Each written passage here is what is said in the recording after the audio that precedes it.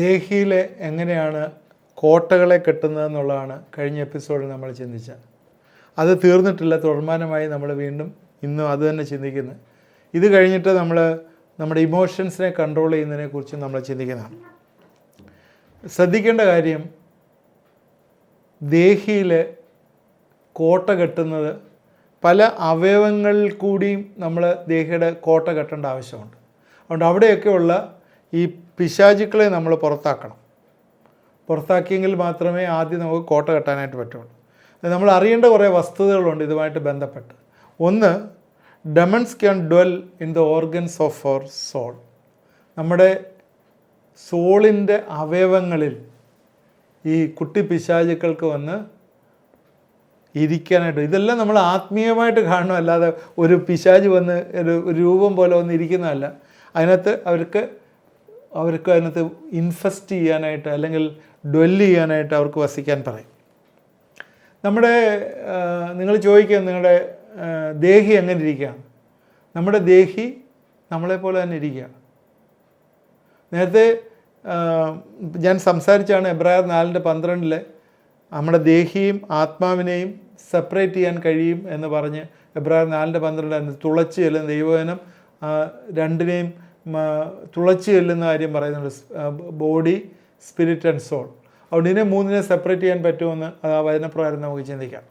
അതുകൊണ്ട് നമ്മൾ ഓർക്കേണ്ട കാര്യം, ഇതിൽ എല്ലാം തന്നെ ആത്മാവിലല്ല, നമ്മുടെ ദേഹിയിലും ശരീരത്തിലും ഈ ഡെമൺസിന് വന്ന് പാർക്കാനായിട്ട് പറ്റും എന്ന് നമ്മൾ മറന്നു പോകരുത്. അതിനോട് ചേർന്ന് തന്നെ നമ്മൾ ചിന്തിക്കേണ്ട ഒരു കാര്യം, നമ്മുടെ സോളിന്, നമ്മുടെ ദേഹിക്ക് ഈ സ്പിരിച്വൽ റലത്തിൽ ട്രാവൽ ചെയ്യാനായിട്ട് പറ്റും. നമ്മുടെ സ്പിരിച്വൽ റലത്തിൽ ട്രാവൽ ചെയ്യാനായിട്ട് പറ്റും. 2 രാജാക്കന്മാരിലെ ഏലിശയുടെ ജീവിതത്തിൽ നിന്ന് പറയുന്ന ഒരു ഉദാഹരണമാണ് ഞാൻ എടുക്കുന്നത്. ഏലിശ ഗേഹസിയോട് പറഞ്ഞൊരു വേർഡാണ്, എൻ്റെ ഹൃദയം നിന്നോടൊപ്പം അല്ലായിരുന്നു എന്ന് വെച്ചാൽ, ആ ഗേഹസി പോയിട്ട് നയമാൻ്റെ കയ്യിൽ നിന്ന് ഗിഫ്റ്റൊക്കെ വാങ്ങിച്ചുകൊണ്ട് വന്നപ്പോൾ എലിശ ചോദിക്കുന്ന ചോദ്യമാണ്, എൻ്റെ ഹൃദയം നിന്നോടൊപ്പമായിരുന്നു. ഈ ഹൃദയം എന്ന് പറയുന്ന അവിടെ ശരിക്കുമുള്ള പരിഭാഷയിൽ സോൾ എന്നുള്ളൊരു മീനിങ് ആണുള്ളത്. മലയാളത്തിൽ എൻ്റെ ആത്മാവ് എന്നാണ് പറഞ്ഞത്. 2 മീനിങ് അതിനകത്തുണ്ട്. അവിടെ നമ്മൾ ഇനി ഈ ദേശാധിപതി അല്ലെങ്കിൽ പ്രിൻസിപ്പാലിറ്റിയെക്കുറിച്ച് പഠിക്കുമ്പോൾ ഈ ഭാഗം ഞാൻ പ്രത്യേകം എടുക്കുന്നുണ്ട്. ഈ പ്രിൻസിപ്പാലിറ്റീസിനകത്ത് നമ്മളത് ഇപ്പം ഞാൻ ജസ്റ്റ് ഒന്ന് തൊടുന്നെന്ന് മാത്രമേ ഉള്ളൂ. അതിനിയും പ്രിൻസിപ്പാലിറ്റീസിനെ കുറിച്ച് നമ്മൾ പഠിക്കും. വാഴ്ചകൾ, ഈ വാഴ്ചകളുടെ മേലുള്ള വലിയൊരു അധികാരം ഏലിശായ്ക്കുണ്ടായിരുന്നു. അതുകൊണ്ട് ഏലിശായ്ക്ക് ഇസ്രായേലിലുള്ള കാര്യങ്ങളെ മുഴുവൻ കാണാനായിട്ടുള്ളൊരു കണ്ണുണ്ടായിരുന്നു. അങ്ങനെ അത് ചിന്തിക്കേണ്ട ആവശ്യമുണ്ട്. ആത്മീയ ഗോളത്തിൽ ചിന്തിക്കുമ്പോൾ ആ രീതിയിൽ ചിന്തിക്കാം. ഇസ്രായേലിൽ എന്ത് നടന്നാലും ഏലിശായ്ക്ക് ദിവ്യമായിട്ടുള്ള ദർശനത്തിൽ അത് കാണപ്പെടുമായിരുന്നു. കാരണം he's having the control over the principalities. ഇവിടെ എൻ്റെ സോള് നിന്നോടുകൂടെ ആയിരുന്നു. Soul can travel in any spiritual realm. അതുകൊണ്ട് നമ്മൾ ഓർക്കുക, നമ്മുടെ മനസ്സിന് ഒരുപാട് ദൂരം സഞ്ചരിക്കാനായിട്ട് പറ്റും. വീണ്ടും ജനിച്ച ഒരു വ്യക്തിയുടെ ആത്മാവിൽ ദുരാത്മാക്കൾക്ക് ആത്മാവിൽ പ്രവേശിക്കാനായിട്ട് പറ്റത്തില്ല. കാരണം എന്താണ്? അവിടെ ദൈവം സീൽ ചെയ്തിരിക്കുക, പരിശുദ്ധാത്മാവിനെ കൊണ്ട് സീൽ ചെയ്തിരിക്കുക. എന്നാൽ അതിനെ കറപ്റ്റ് ചെയ്ത് അത് ദുഷിച്ചതിന് കൊണ്ട് പ്രസൻറ്റ് ചെയ്ത് കഴിഞ്ഞാൽ അതും നഷ്ടപ്പെട്ടു പോകാനുള്ള സാധ്യതയുണ്ട്. ഞാനത് വീണ്ടും ആ സ്റ്റേറ്റ്മെൻറ്റ് പറയാൻ സാധ്യതയുണ്ടെന്നാണ് ഞാൻ പറഞ്ഞത്. കാരണം ഇപ്പോൾ അവർ പോയി വേറൊരു വർഷിപ്പിന് പോവുക, സേറ്റാനിക് വർഷിപ്പിന്, അത് ഒരിക്കലും പോകാൻ പറ്റത്തില്ല. എന്നാൽ സേറ്റാനിക് വർഷിപ്പിന് പോവുക, ഇതെല്ലാം ത്യജിച്ച് കളയുക. പിന്നെ ദൈവത്തിന് എന്താ ചെയ്യാൻ പറ്റും? എനിക്ക് വേണ്ടെങ്കിൽ പിന്നെ ദൈവത്തിന് എന്താ ചെയ്യാൻ പറ്റും? അതുകൊണ്ട് സാധാരണ കേസിൽ വീണ്ടും ജനിച്ച ഒരു വ്യക്തിക്ക് ഒരു കാവലും പ്രൊട്ടക്ഷനും ഒക്കെ ഉണ്ട്. അവൻ്റെ ആത്മാവിൽ ദുരാത്മാക്കൾ കയറുകയില്ല. എന്നാൽ അവരുടെ ദേഹിയിലും ശരീരത്തിലും ദുരാത്മാക്കൾക്ക് പ്രവേശിക്കാം. അവരുടെ ദേഹി എന്ന് പറഞ്ഞാൽ മനസ്സ് എന്ന് നമ്മൾ ചിന്തിക്കുക. ദേഹിയിലും ശരീരത്തിലും ദുരാത്മാക്കൾക്ക് പ്രവേശിക്കാം. എന്തൊക്കെ ദുരാത്മാക്കളാണ് പ്രവേശിക്കുന്നത്? ദ സ്പിരിറ്റ് ഓഫ് ഫിയർ, ഭയം, ഒരുപാടുള്ളതാണ് ഭയം. Spirit of anxiety, spirit of disappointment, spirit of depression, ഇതെല്ലാം സോളിലിരിക്കുന്ന സാധനമാണ്. ഇനിയും സോളിലിരിക്കുന്ന വേറെ സാധനങ്ങളാണ്.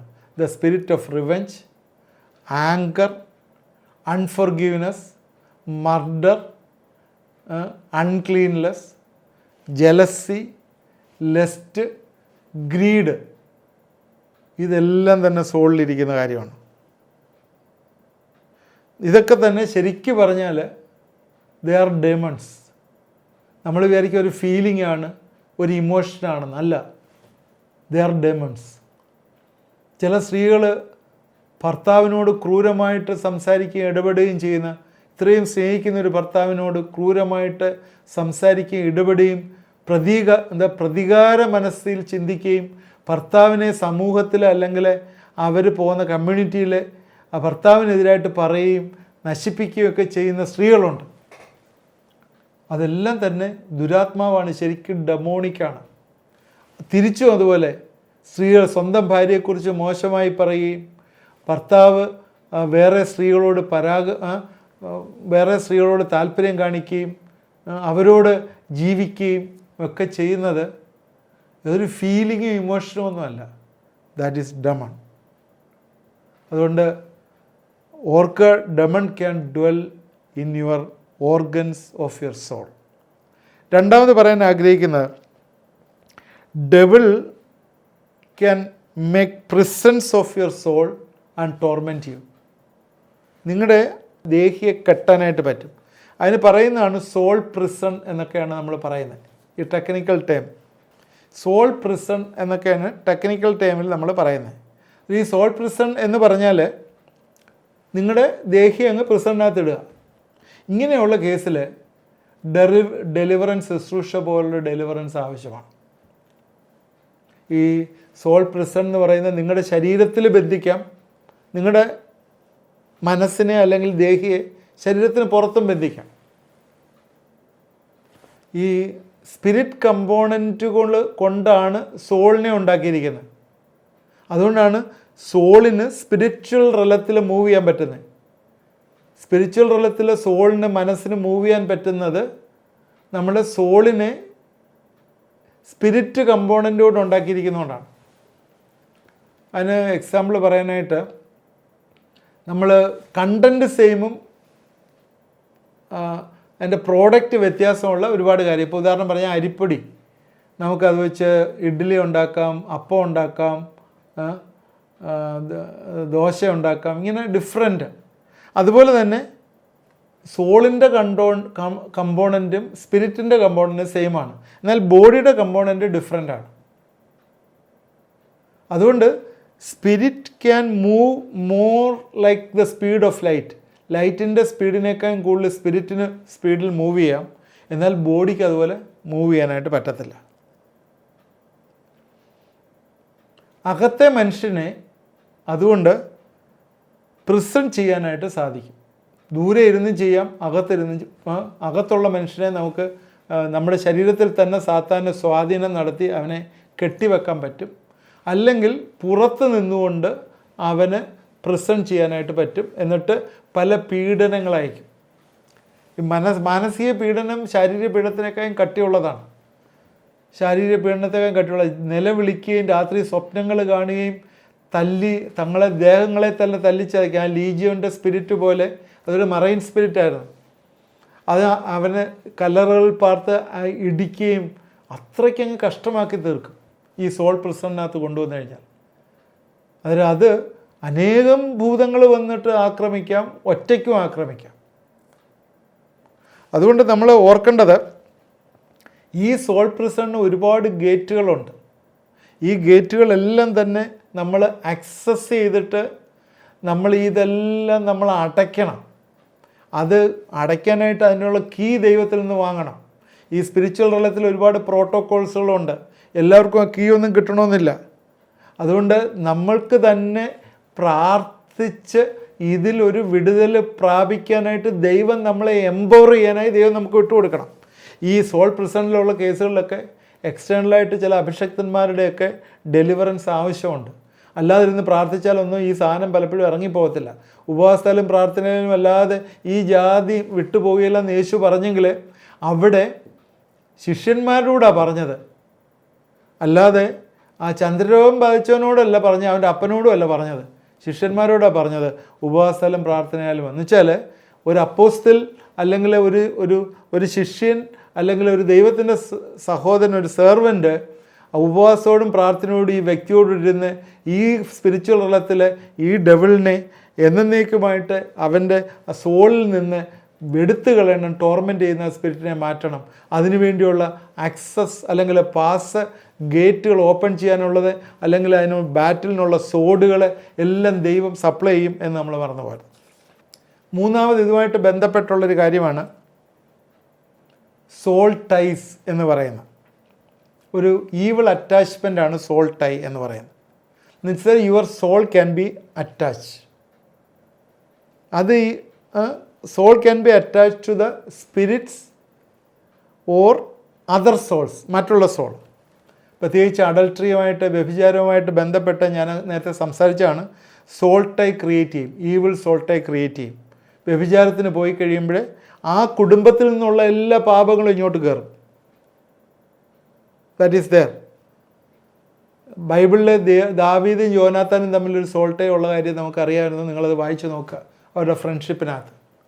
അതുകൊണ്ട് സോൾ ടൈ ക്യാൻ നിങ്ങളുടെ ഇമോഷനെ, നിങ്ങളുടെ ക്യാരക്ടറേയും എല്ലാം അഫക്റ്റ് ചെയ്യുന്ന ഒരു സാധനമാണ്. ഒരു വ്യക്തിക്ക് ഇമോഷണലായി സംഭവിച്ചാൽ മറ്റേ വ്യക്തിക്കും വരും.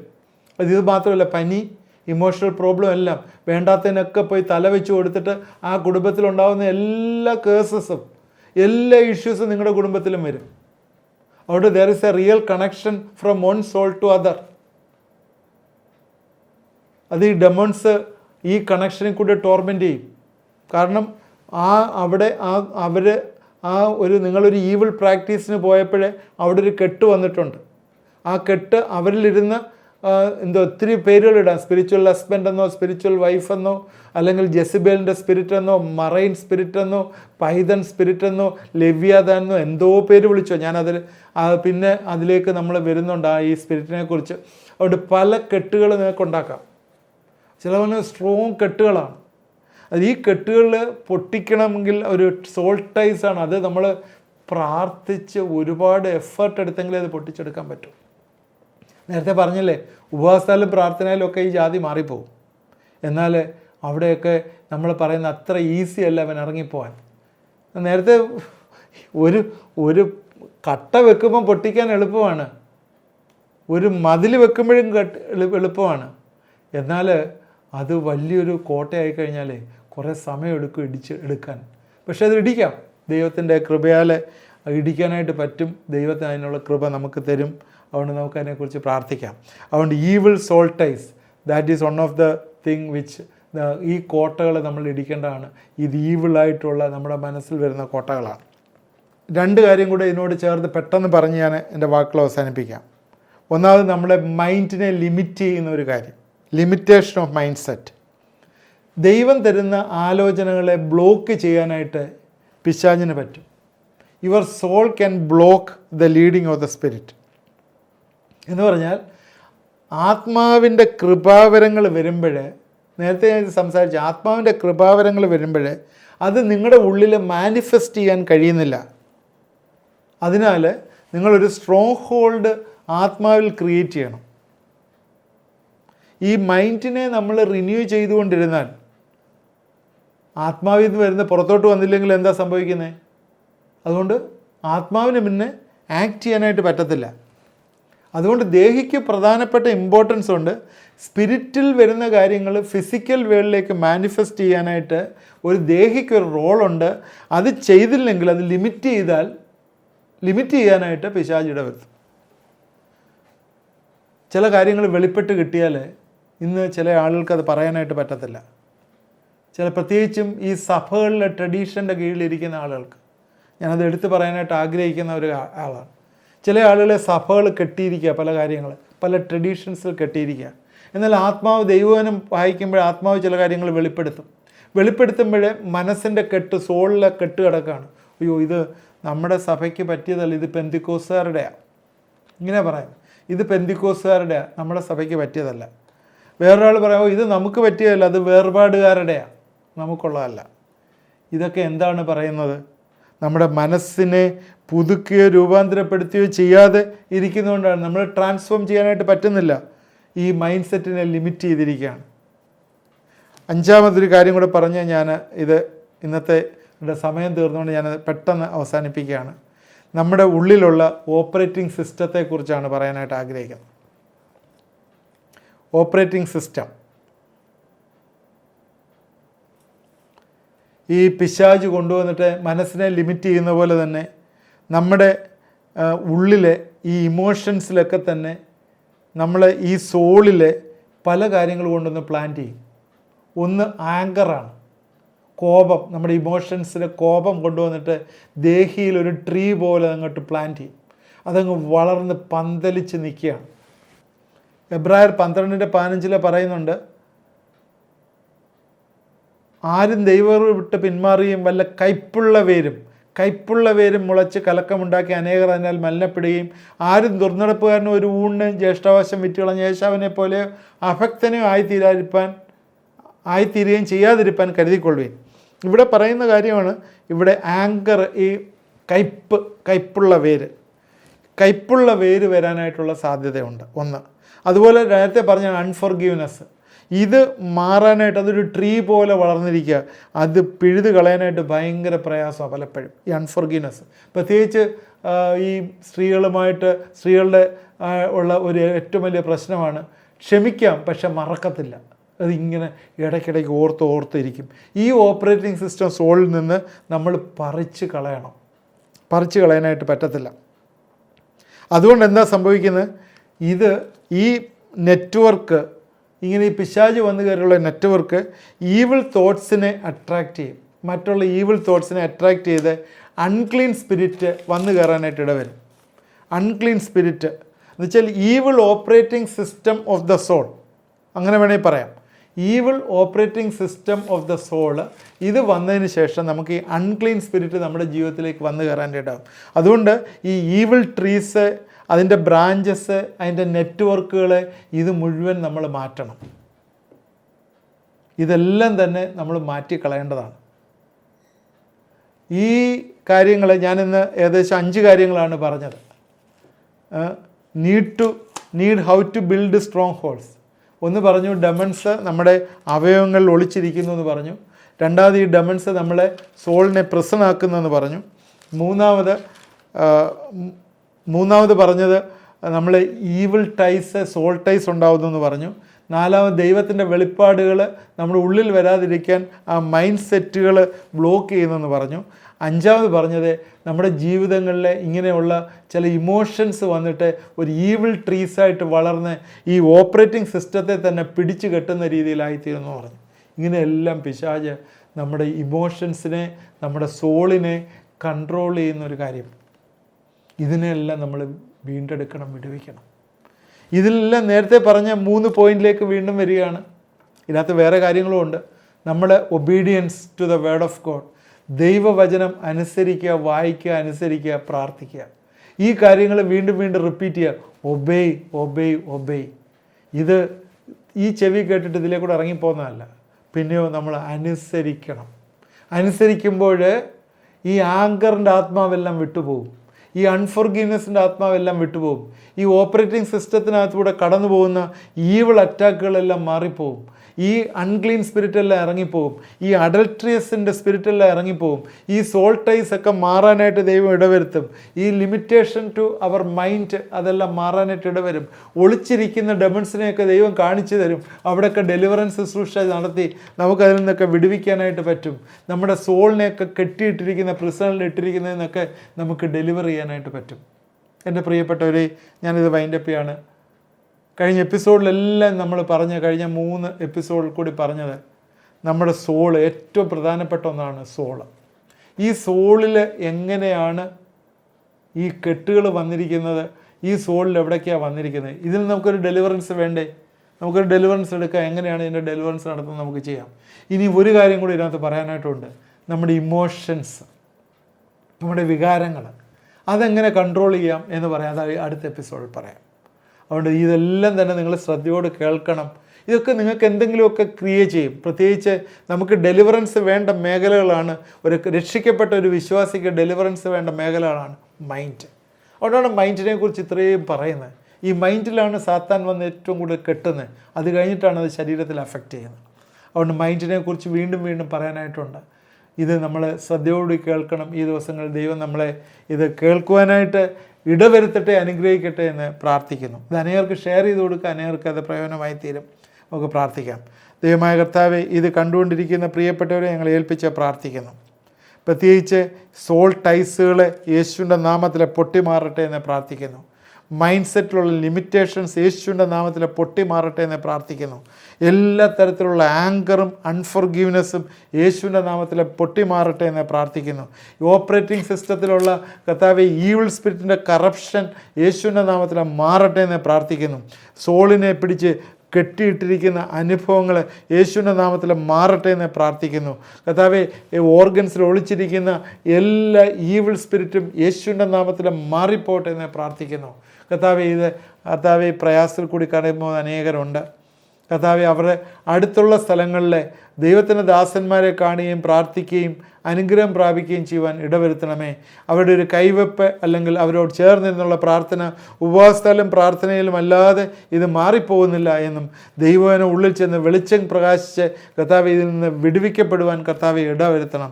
എന്നോട് ചേർന്ന് പ്രാർത്ഥിക്കുന്നവരുടെ ആത്മാവിലും അവരുടെ ദേഹിയിലും യേശുവിൻ്റെ രക്തം ഞങ്ങളെ തളിച്ച് ഇപ്പോഴേ പ്രാർത്ഥിക്കുകയാണ്. ദൈവത്തിൻ്റെ വലിയ ആ രക്തം തളിച്ച് പ്രാർത്ഥിക്കുമ്പോഴേ അവിടെ എല്ലാം കർത്താവിൻ്റെ ആത്മാവിൻ്റെ വലിയ കെട്ടുകൾ വരട്ടെ, ഒരു ഫയർ വോള് അതിന് ചുറ്റും വരട്ടെ എന്ന് ഞങ്ങളെ പ്രാർത്ഥിക്കുന്നു. ഈ വലിയ ഡെലിവറൻസ് ഈ ദിവസങ്ങൾ വരികയും അനുഗ്രഹിക്കപ്പെടുകയും ചെയ്യുവാൻ കർത്താവെ ഇടവരുത്തുകയും സഹായിക്കുകയും ചെയ്യണം. പ്രാർത്ഥന കേട്ടോർത്ത് സ്തോത്രം. യേശുക്രിസ്തുവിൻ്റെ നാമത്തിൽ പ്രാർത്ഥിക്കുന്നു, കേൾക്കണം പിതാവേ, ആമേൻ. ഇത് കണ്ടുകൊണ്ടിരുന്ന എല്ലാവരും ദൈവം അനുഗ്രഹിക്കട്ടെ. നിങ്ങളുടെ കമൻറ്റുകൾ കമൻറ്റ് ബോക്സിൽ ഇടുക. ആദ്യമായിട്ട് കാണുന്നവർ സബ്സ്ക്രൈബ് ചെയ്യുക. നിങ്ങളുടെ പ്രെയർ റിക്വസ്റ്റുള്ള വാട്സാപ്പ് നമ്പറിൽ അയച്ചു തരിക, അല്ലെങ്കിൽ നേരിട്ട് വിളിച്ച് പ്രാർത്ഥിക്കാവുന്നതാണ്.